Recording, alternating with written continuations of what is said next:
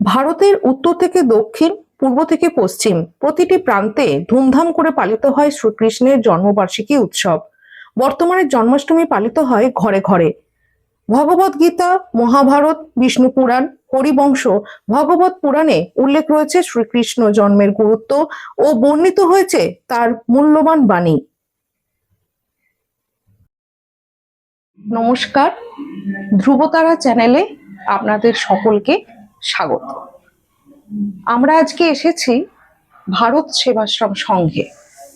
সামনেই জন্মাষ্টমী, আর জন্মাষ্টমী মানেই কৃষ্ণ সেবা এবং পুজো করা। কৃষ্ণ সেবা এখন ঘরে ঘরে।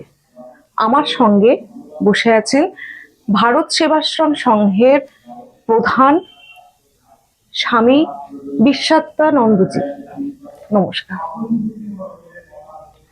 আমরা আপনার কাছে আজকে এসেছি শ্রীকৃষ্ণের জন্মের গুরুত্ব এবং মাহাত্ম্য। হিন্দু ধর্মে শ্রীকৃষ্ণের গুরুত্ব নিয়ে একটু যদি বলেন আমাদেরকে। ভগবান শ্রীকৃষ্ণ দাপর যুগে এসেছিলেন, আজ থেকে কয়েক হাজার বছর পূর্বে। আমার ভগবদ গীতা দেখি, যদা যদা হি ধর্মস্য গ্লানির্ভবতি ভারত অভ্যুত্থানাম অধর্মস্য তদাত্মনাম সৃজাম্যহম। অর্থাৎ যখনই যখনই ধর্মের গ্লানি হয়, অর্থাৎ ধর্মের গ্লানি মানে সমাজে যে অত্যাচার অনাচার হচ্ছে, তখন তিনি আসেন। যারা যারা সৎ মানুষ, যারা বুদ্ধিজীবী মানুষ, যারা সমাজের স্বীকৃত মানুষ, তাদের উপর যদি কখনো অত্যাচার হয়, অনাচার হয়, তাকে রক্ষা করার জন্য আসেন।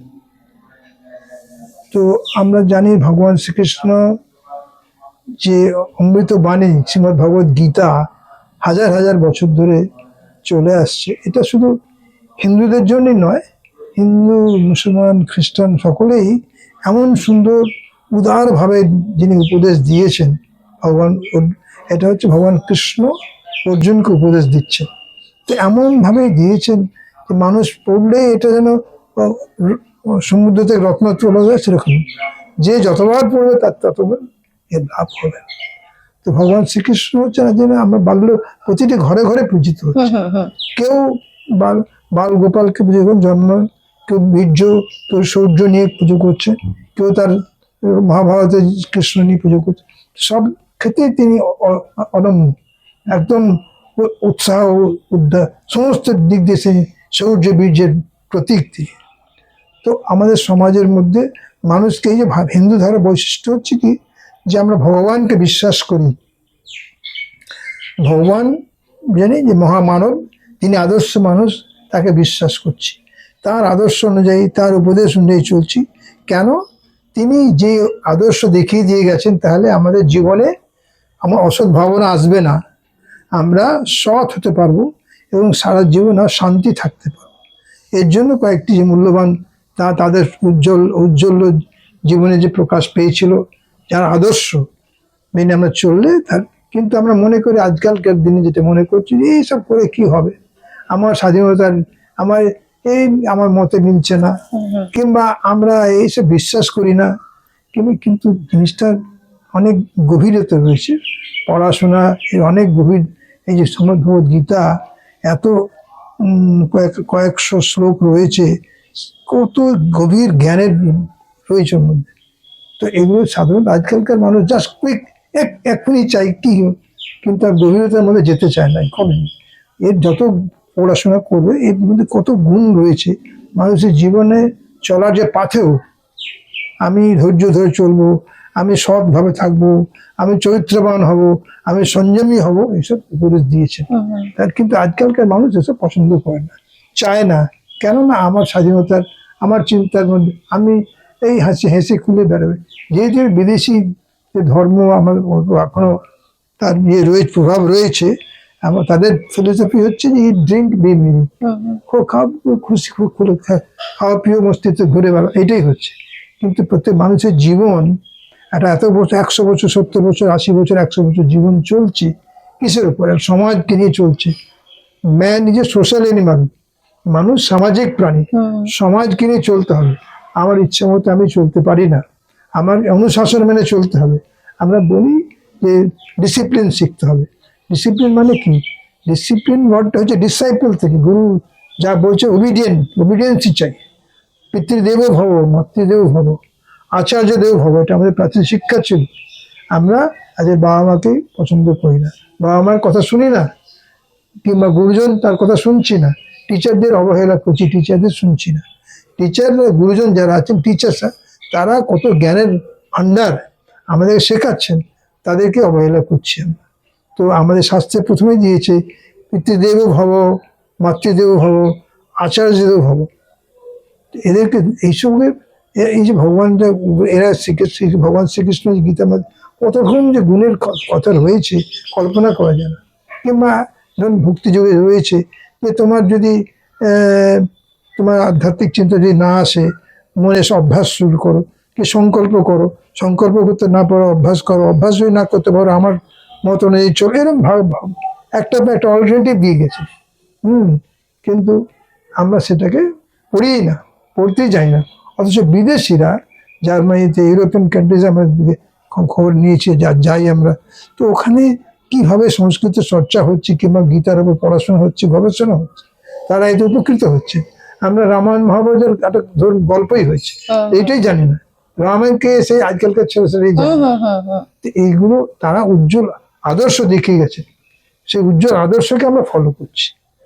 ভগবান শ্রীকৃষ্ণ একজন ঐতিহাসিক পুরুষ, তার যে উজ্জ্বল আদর্শ, কিভাবে দুষ্ট দমন করেছেন, তার শৌর্য বীর্য পরিচয় দিয়েছেন, কিভাবে মহাভারত যুদ্ধে কতবার উপদেশ দিয়েছেন যে না যুদ্ধ করো না, এই করো না, কথা শুনি তখন যুদ্ধ করছে, এরকম কোনো ভাবনা আছে।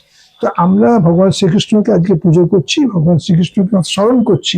আমাদের প্রতিটি মানুষের সঙ্গে, মানে গ্রামগঞ্জে প্রত্যেকটা মানুষ ভগবান শ্রীকৃষ্ণের সঙ্গে যুক্ত। বাল্যলে ভগবান গোপালকে নিয়ে খেলছি আমরা, আমাদের সঙ্গে আমাদের শাস্ত্র শিখিয়ে গেছেন যে এই ভগবানকে আশ্রয় থাকো, তাহলে তোমার মনে কোনো দুঃখ কষ্ট আসবে না। বাবা মা আছেন, বাবা মা চলে যাবেন, কিন্তু ভগবান গোপাল থাকবেন, ভগবান কৃষ্ণ থাকবেন আমার কাছে।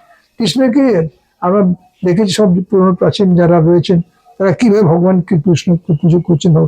তার যে অঙ্গাঙ্গে, আমি তো অনেককে দেখেছি যে ট্রেনে যাচ্ছেন, ফার্স্ট ক্লাসে যাচ্ছেন, ওপরে একটা বার্থ, আমি যাচ্ছিলাম তো দেখি একটা বার্থ খালি আছে, আমি ওটা বার্থ না, ওটা কৃষ্ণ ঠাকুরের জন্য নিয়েছি, এতটা ভক্তি রয়েছে। অনেকে দেখেছি ট্রেনে বাসের কথা যখন বললেন, ট্রেনে করে যিনি যাচ্ছেন, যাত্রী, তার সাথেও একটা গোপালের একটা গোপাল রয়েছে। এতটা ভক্তি, এটা ভক্তি হচ্ছে কি, ভক্তিটা তার মধ্যে মানুষ ডুবে থাকবে, তাহলে অন্যান্য সাংসারিক জ্বালা মালা দুঃখ কষ্ট থাকবে না, আমরা এই আনন্দেই থাকবো। প্রতিটা মানুষ চায় শান্তি, আনন্দ। এটা কোথা থেকে আসে? মনকে সংযত রাখতে হবে, মনকে অন্তর্মুখী রাখতে হবে। এর জন্যে আমাদের যে ঋষিমুনির ভগবানকে আশ্রয় করে, এটাকে আশ্রয় করলে মনটা শান্ত হবে, এটাকে আশ্রয় করলে মনটা অন্তর্মুখী হবে। আমাদের মন ভগবান সৃষ্টি করেছেন পারাঞ্চি খানি ব্যক্তিনাথ স্বয়ম্ভু, অর্থাৎ ভগবান আমার মনকে বহির্মুখী করে সৃষ্টি করেছে। কিন্তু আমাদের কি হবে, আমার যে মন আছে, আমাদের মানুষ, মন দিয়ে আমরা কন্ট্রোল করে সংযমিত রাখবো, আমার ইয়েকে, ভাবনাকে সংযমিত রাখবো, তবে আমি জীবনে বড় হতে পারবো। ভগবান ইয়েতে রয়েছে না, রথে তো বামানন্দ পুনর্জন্মান্ড বিদ্যাতে, তো রথে ভগবান রয়েছে, তার রজ্জুটাকে ধরে রেখেছে, যার যে ঘোড়াগুলো বিচলিত হতে পারছে না। আমাদের যে জীবন, মনকে কন্ট্রোল করতে হবে, এটা সবচেয়ে বড় শিক্ষা, সবচেয়ে বড় গুণ, সবচেয়ে বড় প্রচেষ্টা করতে হবে। মানুষ যে পড়াশোনা করছে, এডুকেশন ডিসিপ্লিন টানছে। ডিসিপ্লিন কথা কি হচ্ছে, যে মানুষ শিক্ষিত মানুষ, সে কখনো অন্যায় করতে পারবে না। তার মানেটা কি, সে কোনো ইনডিসিপ্লিন কাজ করতে পারবে না, এটা হচ্ছে সাধারণ নিয়ম। কিন্তু আমরা আজকালকার কথা বাদ দিচ্ছি, কিন্তু এটা হচ্ছে শিক্ষার মধ্যেও একটু গুণগুলো ঢুকাচ্ছে, যে মনটা শান্ত রাখে, যে কোনো মনকে ডিসিপ্লিন রাখতে হবে। যে কোনো শিক্ষিত মানুষ দুম করে কাউকে মারধর করতে পারে না। আমার ইচ্ছে হলো একটা ঘুষি মেরে দিলাম, আমার ইচ্ছে হলো একটা মেরে দিলাম, এটাকে শিক্ষিত মানুষ করতে পারে না। তাহলে কেন? শিক্ষা দিয়েছে মনকে কন্ট্রোল রাখো। মনকে শান্ত করা, মনকে সংযত করা, এটা সবচেয়ে বড় শিক্ষা আমাদের। ঋষি মুনিরা আমাদের এই পারিবারিক জীবন, সামাজিক জীবন, সাধারণ মানুষকে কিভাবে একদম বাচ্চা থেকে নিয়ে বড় পর্যন্ত মনকে শান্ত রাখতে পারবে, তার জন্য এই প্রচেষ্টা হচ্ছে। ভগবানের উপর নির্ভর করো, তার নির্দেশ মতো ভগবান কৃষ্ণ খাওয়াচ্ছে, লোক ভোগ দিচ্ছে, এটা মনকে শান্ত করার জন্য। প্রতিদিন যে প্রতি- সকালবেলা ভোরবেলা ভোর- থেকে উঠে এবং রাত্রিবেলা পর্যন্ত যে আমরা কৃষ্ণ সেবা। আমরা দেখেছি মাছি যত খারাপ জিনিস সেদিকে চলে যাচ্ছে, আর মনটাও সেরকম হচ্ছে, যেতে খারাপ খারাপ কাজ, খারাপ চিন্তা সেদিকে প্রথমে চলে যায়। কিন্তু যারা শিক্ষিত মানুষ, যারা চিন্তাশীল মানুষ, যারা এই বিষয়ে পরিণত হয়েছেন, তারা কি করছেন যে না, ওইসব কাজ করতে নেই, আমার মনকে মাছি থেকে মৌমাছিতে নিয়ে যেতে হবে।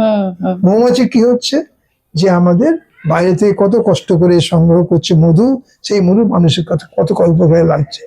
তা আমাদের তো ঠিক করতে হবে, আমরা চেষ্টা করবো যে আমাদের মনটা হচ্ছে মাছি, খারাপ দিকে চলে, তাকে আটকে রাখতে হবে।